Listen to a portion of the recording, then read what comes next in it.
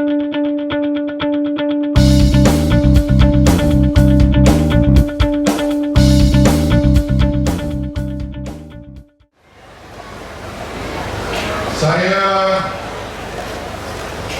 mendapat kesempatan untuk membuat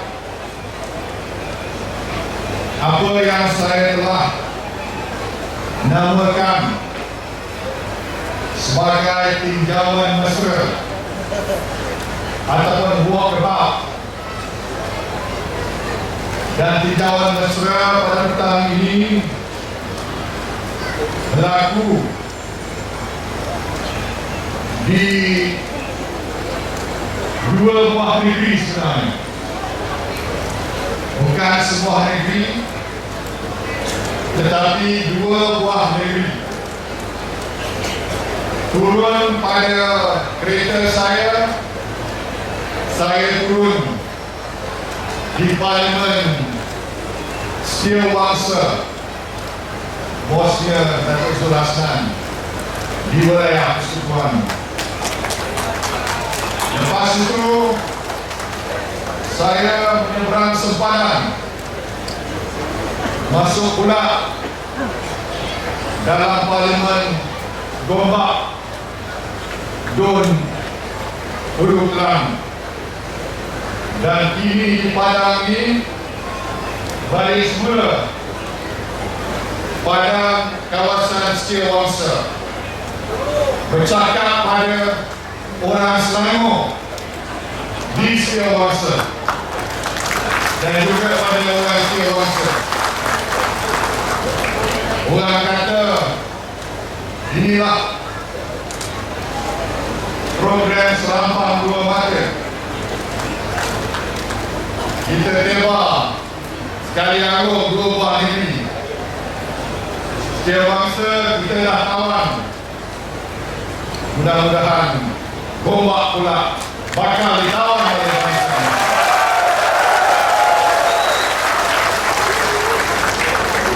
Tuan-tuan dan puan-puan sekalian, sejak saya telah mulakan pendekatan tinjauan mesra ini, saya dapati bahawa pendekatan seperti ini amat diminati oleh penghuni-penghuni di kawasan yang berkenaan, kerana melalui cara tinjauan mesra ini saya dapat berjumpa, bersalaman, bersemuka, bertanya khabar, dan melihat dengan biji mata saya sendiri keadaan setempat tanpa protokol yang terlalu ketat. Tidak ada terlalu sangat ciri-ciri yang memisahkan saya dengan masyarakat setempat. Tidak ada lain yang telah dan boleh memberi kepuasan hati pada saya sebagai seorang pemimpin kalaulah saya dapat berjumpa dengan rakyat dan saya dapat bersalaman dengan rakyat. Saya dapat tahu, ambil tahu kabar rakyat. Kerana inilah peranan dan tugas tanggungjawab utama sebagai pemimpin, yakni kita mesti tanya khabar dan kita dapat merasai denyut nadi rakyat sebagai seorang pemimpin. Saya boleh duduk di kursi Putrajaya, tetapi saya tidak akan dapat gambaran yang tepat tentang keadaan di seluruh negara kita ini. Sebaliknya, kalau saya turun dengan pendekatan tinjauan mesra ini, saya akan dapat gambaran yang lebih tepat, dan saya akan dapat kalau turun bawah ini, saya rasa saya dekat di hati masyarakat setempat, seperti mana saya rasa hari ini dekat dengan tuan-tuan dan puan-puan di kawasan ini, sama ada di Sriwangsa maupun di kawasan Uruplan.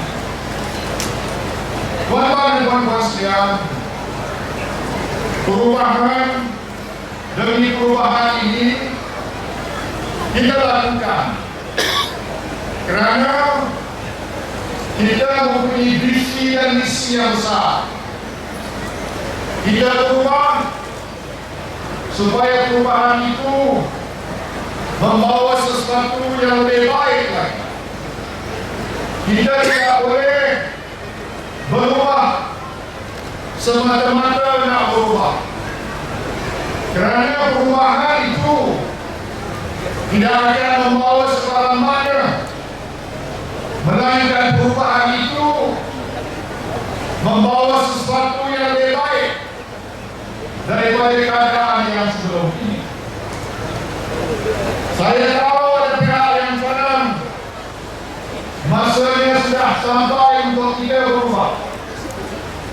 Tetapi kalau kita berubah semata-mata kita dengan air rasa, tanpa kita berfikir dengan waras, dengan hati yang tenang, dengan kepala yang dingin, mungkin perubahan itu tidak membawa sesuatu yang lebih baik daripada apa yang kita dapat nikmati pada hari ini.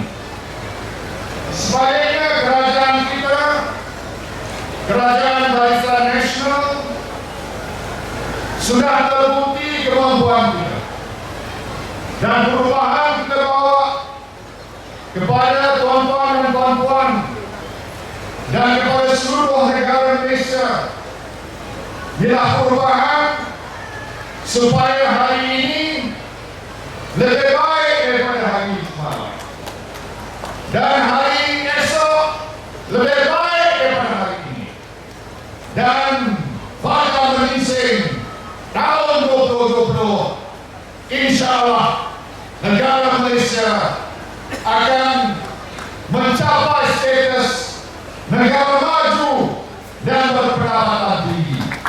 Inilah perubahan yang besar, perubahan yang bermakna, bukan dengan kita bawakan perubahan dan dengan kita bawakan perubahan berarti bahawa sesuatu itu lebih baik pada masa yang datang. Belum tahu lagi tuan-tuan dan puan-puan. Jangan kita terpedaya. Untuk bercakap itu mudah, untuk janji pun mudah juga. Tetapi untuk membuat dan melaksanakan adalah lebih mencabar lagi. Tetapi Kerajaan Barisan Nasional telah membuktikan walaupun besar cabarannya, kita telah berjaya memakmurkan negara kita sejak dahulu. Tuan-tuan dan puan-puan sekalian, kita lihat perkembangan di dalam negara kita dari segi politik tanah air kita. Mungkin pada tahun 2008 banyak daripada kita tersasar pada masa itu. Di kawasan Gombak ini kita tahu Barisan Nasional kalah 4-0. 3 di peringkat DUN, 1 di peringkat PAN. Tetapi percayalah, kita berazam untuk menebus semua kekalahan ini, untuk meletakkan Barisan Nasional di tempat sebagai pemimpin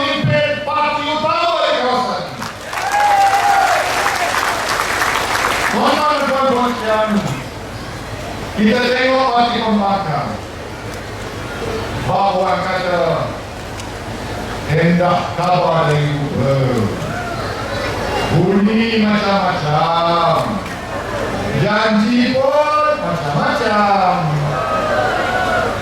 Soalnya boleh percaya ke tidak boleh percaya. Mereka telah buat ke mereka belum buat. Mereka mampu ke tidak mampu. Jawabnya tuan-tuan dan puan-puan sendiri boleh fikir.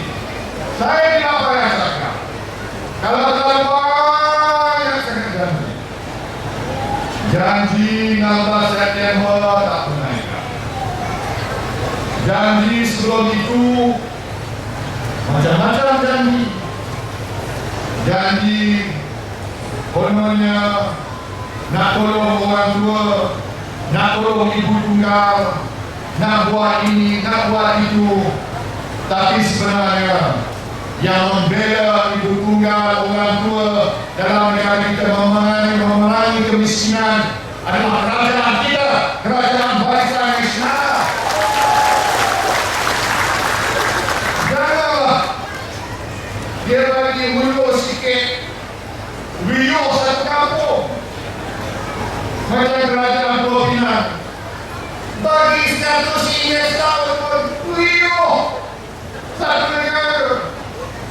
Ini macam apa yang telur setinggi bising kemain, tapi yang telur emas Barisan Nasional inilah sebenarnya yang telah membela rakyat negara.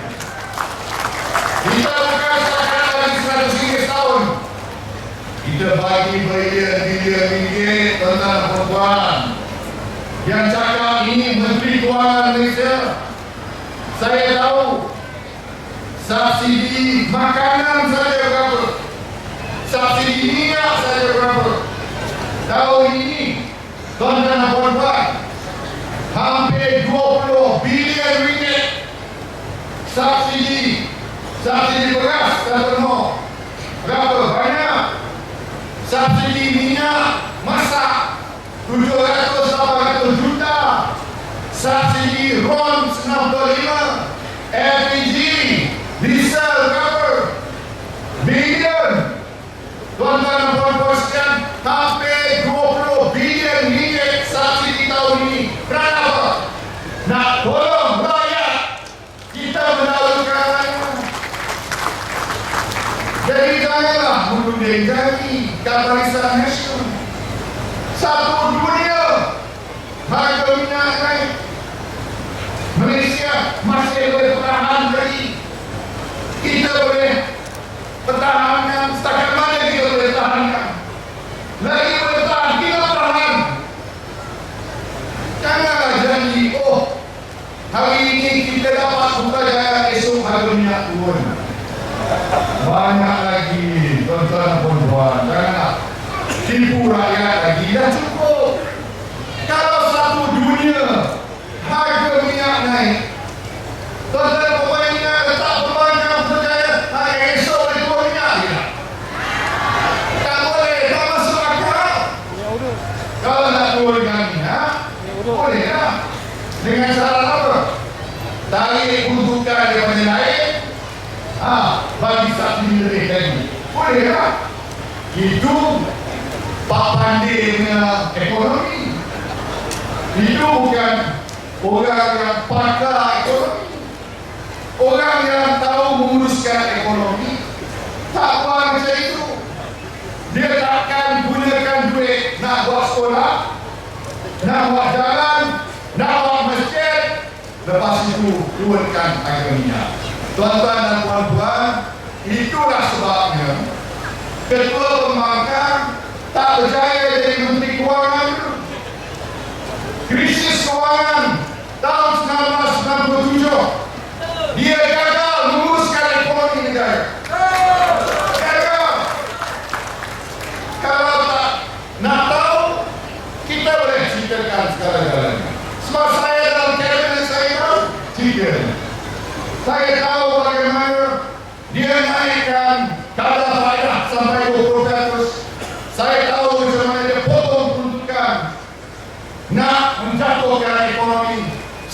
kata nak jadi Perdana Menteri, nak tolak Dr. Mahathir Mohamad.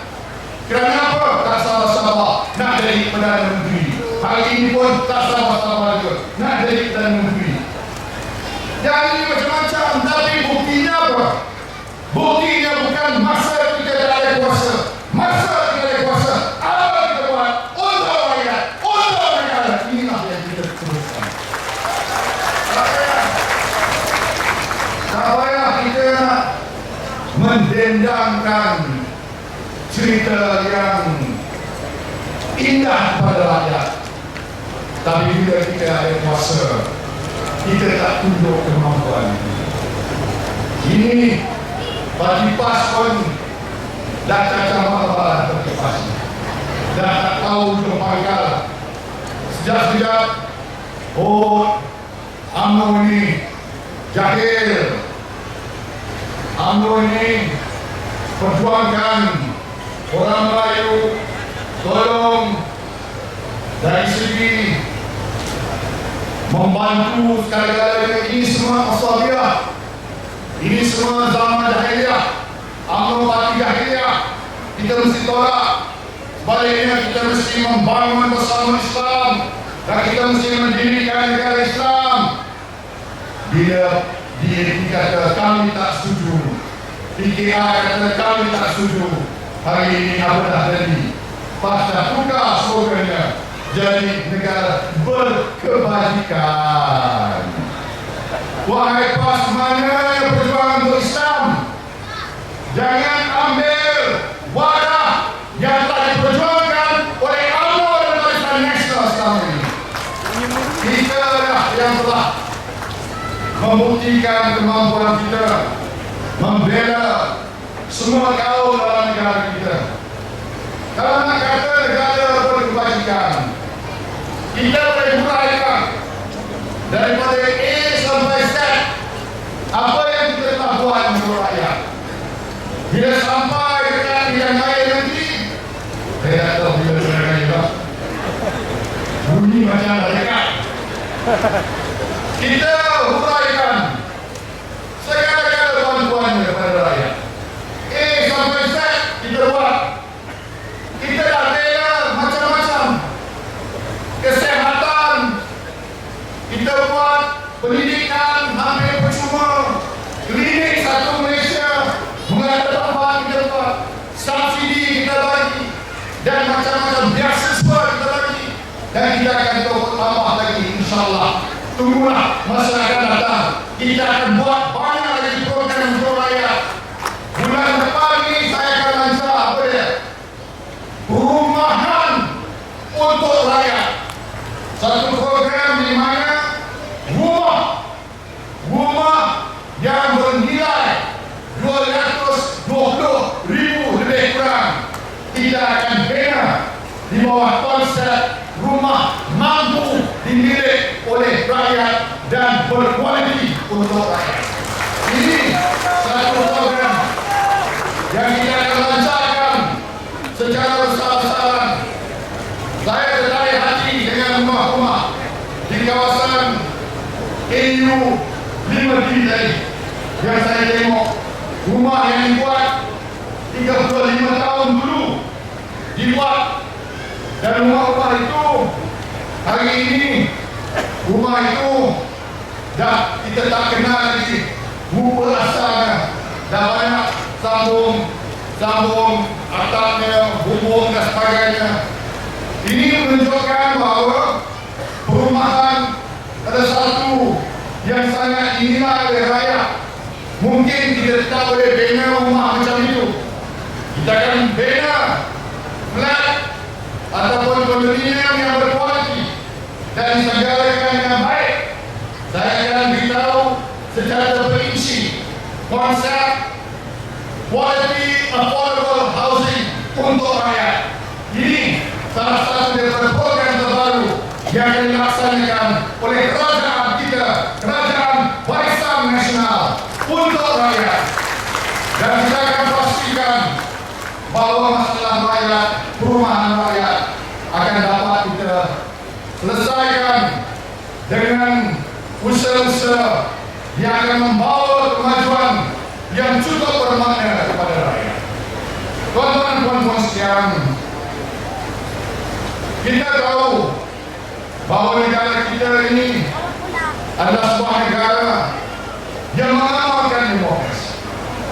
Dan demokrasi adalah sesuatu yang telah kita beri peluang kepada rakyat untuk memilih.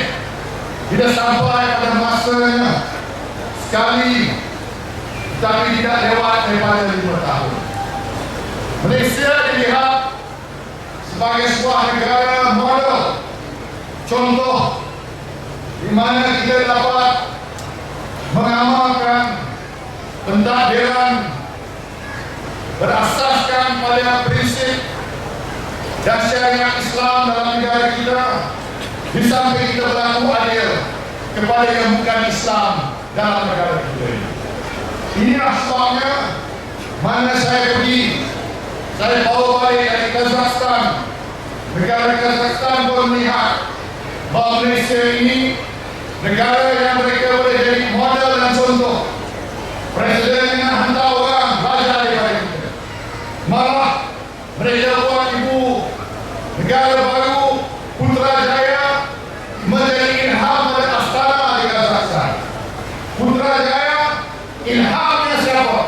Kita, Barisan Nasional, dan menteri kita dulu mengilhamkan Putrajaya. Mula-mula apa kata pembangkang? Kami akan lelong Putrajaya. Itu pun satu cerita yang mereka telah jajah, nak lelong Putrajaya. Tapi sekarang ini ditukar pion dia, macam Pak tukar pion. Kami nak sampai ke Putrajaya pula. Mereka nak menaklukkan Putrajaya. Dulu nak lelong Putrajaya, orang lain sanjung apa kita buat. Putrajaya jadi contoh Kazakhstan membina bandar Astana itu ilham daripada perjuangan kita, perjuangan Barisan Nasional. Mereka nak lelong, tapi hari ini mereka tergamak pula cakap mereka nak kuasai Putrajaya, sebab mereka dah lihat Putrajaya itu disokong oleh rakyat. Bila Putrajaya disokong oleh rakyat sebagai satu konsep ibu pentadbiran negara, timbul pula slogan baru, kami nak ke Putrajaya, nak ke Putrajaya. Putrajaya yang dulu nak dilelong, sekarang ini jalan ke Putrajaya. Tuan dan puan-puan sekalian, jalan ke Putrajaya bukanlah dengan slogan, tetapi rakyat akan menentukan. Kalau rakyat Senangun adalah persekutuan, pertahankan Barisan Nasional, Putrajaya akan kekal dalam tangan kita. Dan kita nak, sebab ada orang lain yang boleh kita harap sekarang. Saya tak tahulah pembangkang boleh kita harap.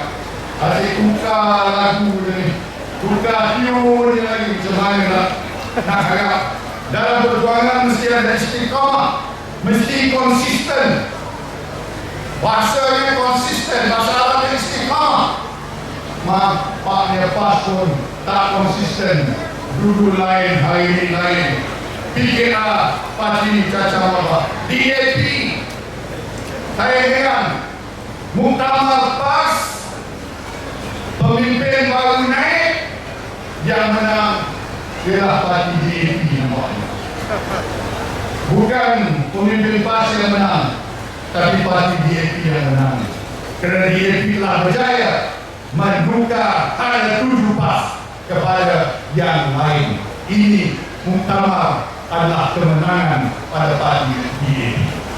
Tuan-tuan sekalian, hari ini saya tertarik hati dengan surau di mana saya telah semayang asar sebentar tadi secara berjemaah.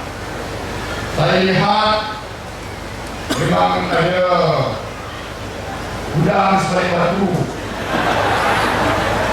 besar udangnya, udang galak.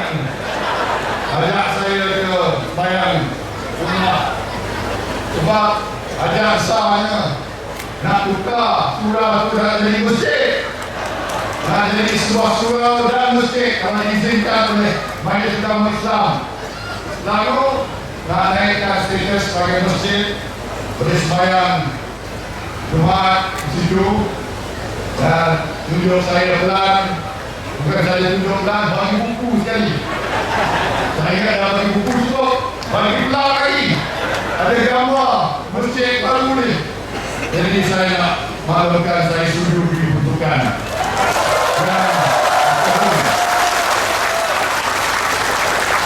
Banyak saya dah tahu lah. Tapi katanya dalam lingkungan 2 juta saya buat. InsyaAllah saya ada 10 juta untuk ini. Jadi mudah-mudahan tuan-tuan dan puan-puan dapat selesa. Sebab di sini banyak orang pencen di sini. Saya jumpa kawan-kawan saya Dato' Malik dulu General. Yang ini dia dah pencen rupa lain. Bisa ada putih. Jadi ramai di sini orang yang dah banyak berjasa pada negara. Dan kita mesti hargai jasa-jasa mereka. Jadi terima kasihlah sambutan yang meriah. Terima kasih pada Tan Sri Martin tidak bincang pun ramai hari ini. Terima kasih pada mereka. Terima kasih pada rakan-rakan kita yang masih di rumah ni. Terima kasih. Terima kasih Bang. Terima kasih. Terima kasih. Mudah-mudahan masyarakat orang asli terus maju. Dan kalau ada apa-apa boleh kita bantu masyarakat orang asli. Tambahan insyaAllah kita akan bantu. Betul Rahman ya. Kita bantu sekali lagi ya. Kawasan ini kita mesti bantu. Kerana rombak ini penting. Rombak ini amal budak Puan. Rombak ini adalah cerminan sebagian besar daripada negara kita. Dan di rombak ini kita mesti bangunkan sekolah Barisan Nasional sebagai pilihan masyarakat. InsyaAllah kalau kita bekerja kuat, bekerja keras dan kita turun bersama-sama dengan rakyat dan kita tahu isi hati rakyat, InsyaAllah rakyat akan tetap bersama-sama dengan